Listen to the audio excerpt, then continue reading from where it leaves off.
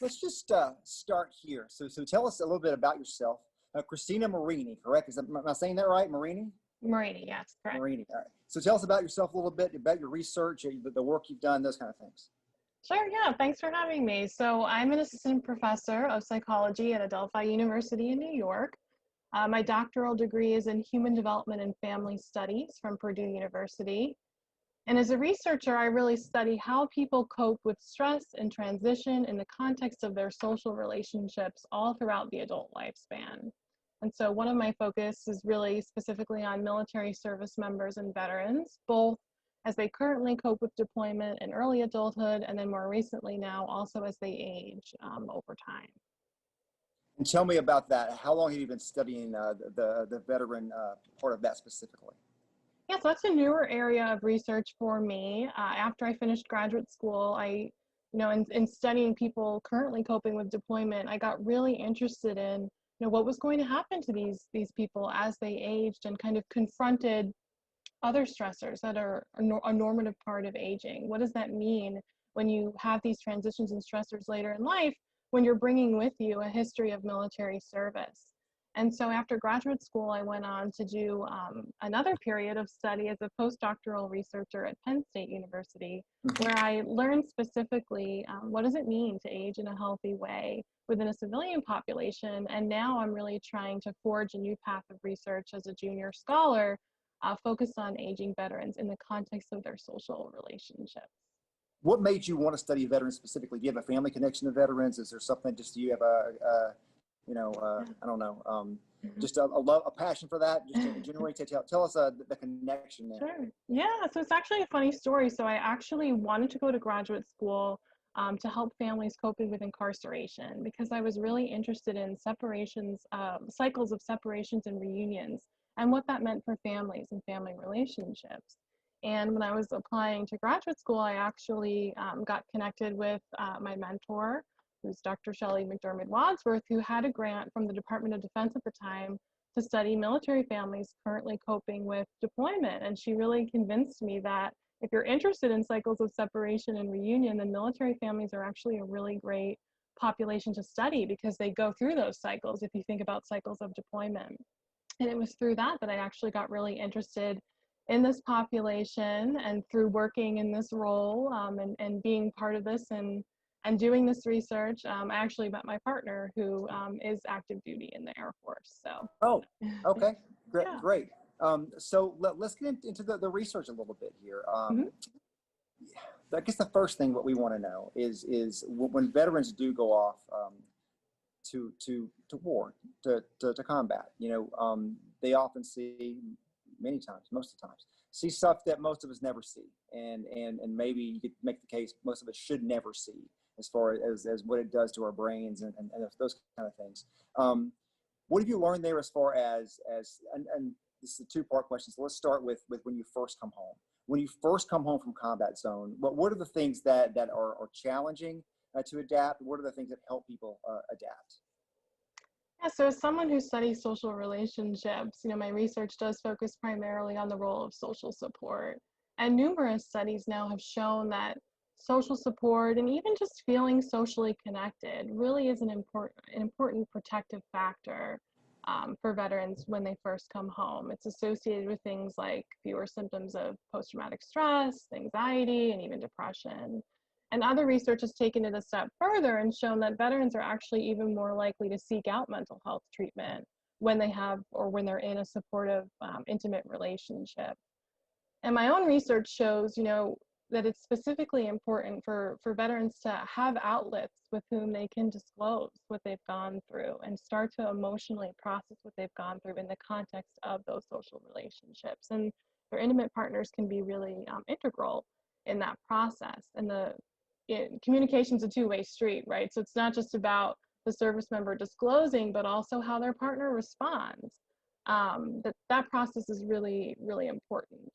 But as someone who studies relationship dynamics, it's important to recognize that some spouses or partners, it might be challenging for them to hear some of these experiences that service members have gone through, especially if they're still serving, right? And there's a chance that they might deploy again. And so when we think about social support as a protective resource, it's important to think about, family members and spouses, how the role that they play, but also the importance of thinking about comrades or people they've served with, right? So things like unit cohesion and communication, among veterans could be really important too as a resource for kind of breaking down that emotional constriction that was perhaps really adaptive when they were deployed, right? But now that they're home and trying to start kind of work through and process those experiences, using those social relationships, with former comrades and unit support could be really important too. And that is generally what the research is showing. Tell me about aging veterans, because as we know, most folks who do go to combat are younger people. Especially World War II, mostly men, if not all men at that period of time. It's changed through the years, as we know. But tell me about the aging population when they come home and the ups and downs through their life. Yeah, that's a really important question. And so, social support and connectedness is just as important for aging veterans as it is, veterans who just returned home. And so some longitudinal research, it's really amazing, that's followed Vietnam veterans, for example, across 40 years, shows that just perceiving that there's support in your life that's available to you if you need it, is protective for veterans 20 and even 40 years after serving in Vietnam. And this could be because we're starting to understand that it's actually normative for aging veterans to perhaps re-engage with their traumatic wartime memories later in life. And this is coming out of some work from colleagues of mine at the National Center for PTSD, and as part of the Boston VA. And they refer to this phenomenon as later adulthood trauma re-engagement. And it's this idea that, stressors that occur as people age, like the transition to retirement, or the onset of chronic illness, or even losing close others through death, might actually trigger some reminiscence of wartime experiences. And we know just in general too, older adults do tend to look back on their lives and try to make meaning of those experiences. And so what I speculate is that if veterans have supportive people around them with whom they can talk to and start to disclose and work through these memories later in life, as they're thinking back over them, they might be able to make sense of them, right? And actually have some psychological growth in response to what they've gone through rather than distress. And we do see that. We do see that, veterans who've experienced a lot of combat or trauma are more likely to identify that their service had some protective or positive impact on their lives, especially if they've had people that they could talk to about it, like a spouse or comrades, if they've remained connected in those ways. And so it's important to think about what are the long-term effects or what is the legacy of wartime service and potentially trauma on well-being, and how is that situated within the larger social context within which these veterans reside across their whole adult lifespan. When you said make meaning of their experience, explain that idea if you could a little bit. Yeah, sure. So we know that meaning making is actually an important part of resilience or kind of growth in response to stress rather than just surviving, it's thriving, right? And research, classic research all the way back from World War II has shown that some veterans do prescribe positive aspects in relation to their service. So for example, saying that their service and even the difficult experiences that they went through caused them to learn how to better cope with adversity. It gave them some coping skills to better deal with stress in their life, or it taught them self-discipline, or it gave them a sense of independence. And these positive appraisals or positive interpretations of their service can actually be, an asset for them as they age and as they kind of place their military service within this larger fabric or story of their lives. And that has implications for their health and well-being. What has your research shown how each era, deals with this this stress differently, right? From World War II to Vietnam to post 9/11, we have people in our society who lived through all of that. But if you look at kind of how those groups, are moving through the world, sometimes you may see different things. So explain how each group and each era really deals with the stress of combat later in life. Yeah, sure. Certainly. So what you're referring to is actually what in the research world, what we call cohort differences, right? And it points to this idea that there are differences, and in part because of the larger sociocultural context that surrounds veteran service. So for example, during World War II, military service was a more normal part of the transition to adulthood, right? 1 in 2 men of age who were of age served. Their service was celebrated. You know, sometimes they're referred to as the good warrior cohort or the greatest generation. And there was more widespread support for the war. So they also received a lot of benefits after their service, which translated into health benefits as they aged. But the sociocultural context surrounding, you know, serving in the Vietnam era, and that's currently our largest cohort of aging veterans, you know, anti-war sentiment and a negative homecoming experience made Vietnam veterans' readjustment to civilian life, you know, different and particularly challenging. And when we compare World War II veterans to Vietnam veterans, we do see that at least at retirement age, they do have lower levels of self-rated health and they are suffering from more chronic health conditions. And in part, this could be because, you know, they were less open about their experiences when they got back because of that anti-war sentiment. Maybe they were more reluctant to kind of process and work through what they went through with friends and family and comrades at home. And so that's why it's even more important now that they're older and that they're at this point later in life where it's natural for them to look back on their experiences and try to make sense of them in this kind of normative process. It's really important to think about and pay attention to how this is going for them and what role, you know, how can we bolster their social support systems so that they can engage in this task and have success and come out with psychological acceptance, right, rather than negative outcomes like distress. You mentioned to me earlier when we spoke, you said that so you have a veteran who has a long life post-war, right? That it's not necessarily the same at 25 as it would be at 80, as it would be at 95, right? That there are different people go through different periods of life, and because of that, they kind of interact with those memories, those traumas differently. Is that how you see that? Yeah, so what you're referring to actually can be traced back to some really seminal research in this area by a researcher, Glenn Elder, who has a historic long-term study of World War II and Korean conflict veterans. And it was really the first to try to understand what is the legacy of combat on veterans' well-being. You know, in other words, what are the long-term effects of combat exposure on veterans' health and well-being? And, you know, for me, the main takeaway from this research is really that a traumatic wartime experience, it can produce both positive and negative consequences for a veteran at different points in their life, right? So we need to think in a really nuanced way about how this unfolds across the adult lifespan. And his research showed that, you know, at midlife, veterans with high levels of combat exposure compared to moderate or low levels showed more resilience in some ways because they felt like their service, you know, they got something positive out of their service. Like I was saying, that ability to cope with adversity, for example.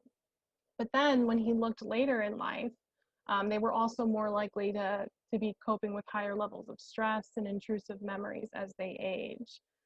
Again, kind of like what I spoke about before, this idea that as older adults deal with some of the stressors that come with aging and some of the losses that occur with aging, that could trigger or spark reminiscence and kind of cause a veteran to kind of confront or try to work through for the first time some of what they experienced, you know, decades earlier in their lives. And so this research, you know, to me really was fundamental and inspiring why I'm so interested in trying to understand how are Vietnam veterans going to re-engage with and cope with what they went through decades earlier in their lives, and what implications does it have for their well-being, but then also, you know, what role does their social network play in how this unfolds. Right.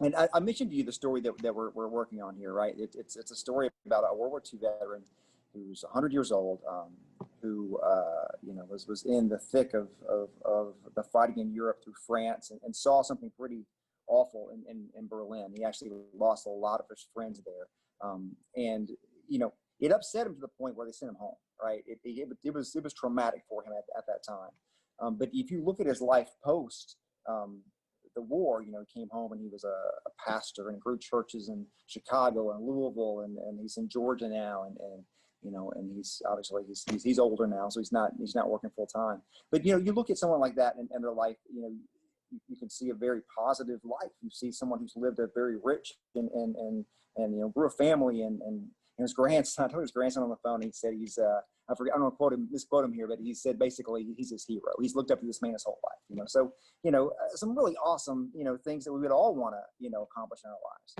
But you look at other veterans who clearly when you talk to them, you understand that they're really struggling with things. So there is. I don't think I prepped you for this question, but just if you can answer this, there is a difference there, right? Not every veteran experiences combat the same. Not every that could be from different eras or the same conflicts where just different veterans just seem to handle things differently. Can you speak to that at all? I know I'm putting you on the spot here, but can you speak to any of those kind of ideas? Yeah, I mean, you're highlighting variability in experiences, right? And any stressor that we talk about, there's certainly going to be different trajectories that unfold. And it's important to recognize that both for people who are researching veterans, people who are interested, practitioners, right? Understanding that variability and meeting every veteran where they are, I think is just really important. But, we also study protective factors. Like, what are the factors that are protective, that help you get that happy story rather than the unfortunate story? And the class of factors that I focus on is social relationships, and there is a lot of variability in the social resources and assets that people have. And unfortunately, the service members who are struggling the most, if we think about symptoms of post-traumatic stress, for example, experiencing those symptoms chronically over time can actually erode or diminish the social support, those resources, right? So it puts a toll on social relationships, for example, and makes it harder for veterans to be, to have great social relationships of high quality, or to be socially integrated in a spiritual or religious community, or to be engaged in volunteer work. And all those things promote a sense of social connection that can be really helpful. But we also know it's really hard for veterans when they're suffering from those symptoms to be engaged. So in some ways, it's a little bit of a catch-22. And I think, intervening to try to bolster the social part of things could be a really important protective factor that differentiates a success story versus an unfortunate story. And in those social networks, this gentleman, specifically, he came back and he was married before the war, right? And his actually left, and his wife was pregnant with their first son, and he was born on D-Day of all days. He was born on D-Day, and so he came home, and there was already a family that he had already started before he left. So and I'm not supposed to be specific about this one man, but if you are coming home to a family as opposed to coming home to trying to find a family, trying to figure out your life, can you just speak to what that does if you are going through something really hard and you do have a family to go home to? Yeah. So, you were talking about cohort differences before, and that's something we really need to think about now with our post 9/11 cohort. This is our first all volunteer cohort. And it looks a little bit different now, where we do have whole families who are serving, right? Veterans are more likely to make a career out of military service than in the past. And so they're serving alongside their families. And that's why we're seeing so much more research and focus on not just how deployment affects an individual service member, but how it affects their entire family, their partners, their kids, and so forth. And even some work on intergenerational relationships as well. And so that's super important to keep our eye on as we think about this post 9/11 cohort as they age, because that's a key difference from the previous cohorts that I think is important to think about. And Glenn Elder, some of his work too actually shows that if you join the military, earlier in your life versus later in life, when you perhaps were more established with career and family, but then there are long-term differences for the impact of service on well-being, and that it is perhaps harder to adjust if you join later when you were already on an established trajectory to some degree. So I think that's an important nuance to keep our eye on and to think about. But there's also a lot of benefits for military families too. Most of our military families are very resilient, and report a lot of positive aspects of being a military family too. So it's important to show that side as well. I'd love to get your thoughts on veteran suicide, and we know it's a crisis that's happening across the country. What do you think your research can tell us about maybe ways to better handle that crisis in our country? Yeah, it's a really important question. It's not my exact area of expertise, but a lot of research, has of course aimed at trying to identify, what are the risk factors for suicide or suicide ideation among veterans. And, some of the big ones that make sense, right, are symptoms of post-traumatic stress or traumatic brain injury, depression. These all are things that contribute to increase of likelihood of suicide behavior in veterans. Protective factors are researched less often, but studies have shown that social support, again, has consistently been identified as a really important resource. So even after you account for some of these really robust risk factors like combat exposure and psychological distress, having more social support has actually been shown to decrease veteran suicidal ideation over time. And so again, these findings really highlight how important it is to think about, okay, how can we equip veterans with a set of socially supportive, relationships, to aid their well-being as they age and long after their military service has concluded. Yeah, yeah. Hold on, my screen froze. So let me find the final couple questions here. Yeah, so yeah, the final thought here. I know that you sent me some work you've done about COVID-19 and how our veteran population is dealing with that, because we know, and just from the numbers here, many times the older you are, the more severe it can be. So what have you seen as far as how veterans are dealing with this pandemic? Yeah, so I mean, most of this is still speculation or based off of anecdotal evidence and some clinical observation, because researchers are still out there in the field for the most part trying to collect data from veterans in the context of COVID. But we do have reason to think that veterans' experiences coping with COVID, really are probably colored by their previous wartime, service and experiences, and even their traumatic experiences. And I think of veterans' wartime trauma as potentially a double-edged sword that can both increase not only their vulnerability in this time, but also their resilience, right? So several facets of life right now, like, are reminiscent of wartime, right? Like feeling uneasy and powerless and uncertain, things we can all identify with. These parallels might trigger reminiscence of past wartime experiences and even some intrusive wartime memories associated with their trauma, making veterans more vulnerable. But like I've been talking about, veterans who've gone through traumatic experiences, they're more likely to report that their service helped them learn how to cope with adversity. So our high combat exposed veterans, they've probably learned skills to help them cope, not only them, but also others, about how can you cope during these challenging times. And so I really think that they're a valuable group that we should be learning from, and we should set up intentional platforms to hear them share their experiences and what have they learned as a means to help others, but also themselves, because we know that when we help others in times of stress, it boosts our self-efficacy and gives us, benefits for our own well-being as well. Yeah. So final thought here, just anything that I didn't ask you that you want to let folks know about your research on this topic, or things we should keep in mind, or maybe some finer points on some of these things? Yeah, I guess, we often hear the unfortunate story, so it's so great to hear you highlighting such a happy story, right, about a veteran. But, it's a story of resilience, I think, and that's the angle that I would really like people to kind of take away, is that most veterans do just fine, and some even thrive in the face of this adversity. And I think, we have a lot that we can learn from veterans and their families about how to cope with stress and adversity more broadly. So I think giving them a voice, just like you do on this segment, is so valuable and important. Yeah. And it's just great. Well, thank you very much for saying that.